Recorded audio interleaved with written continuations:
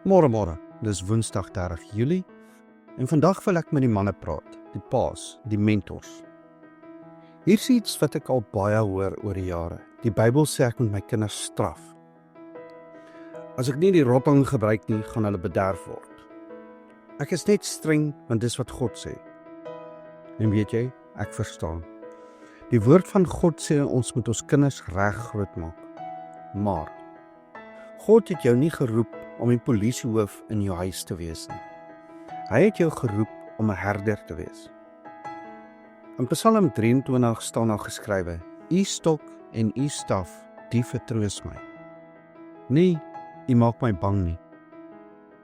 Ook nie, u straf my tot ek stil bly nie. Maar dit vertroos my. Daardie staf, daardie stok. Die Hebreëse woord vir 'n staf in Psalm 23 is 'n shevet.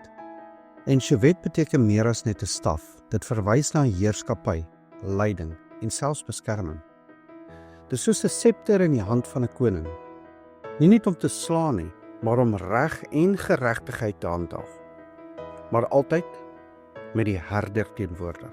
Jy sien, dissipline sonder teenwoordigheid lei tot afstand. Korreksie sonder liefde lei tot rebellie.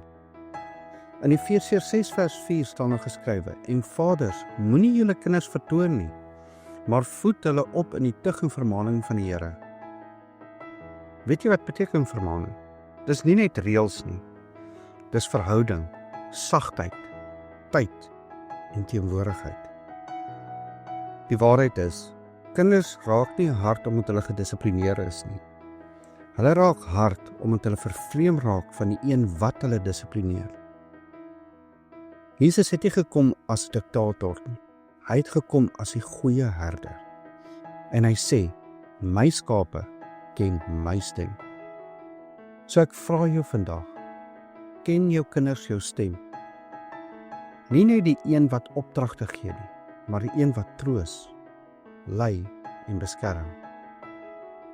Jy kan dalk sê, respekteer my, maar respek word nie geskree nie.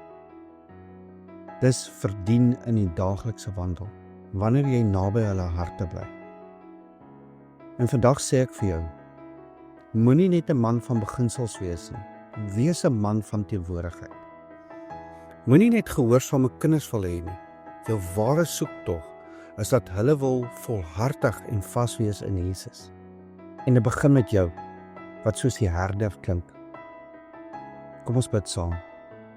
Here Jesus, dankie dat U my herder is. Leer my om soos U te lei. Nie met vrees nie, maar met liefde.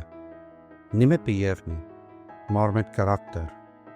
Help my om sag te praat, om teenwoordig te wees en om naby hulle harte te bly.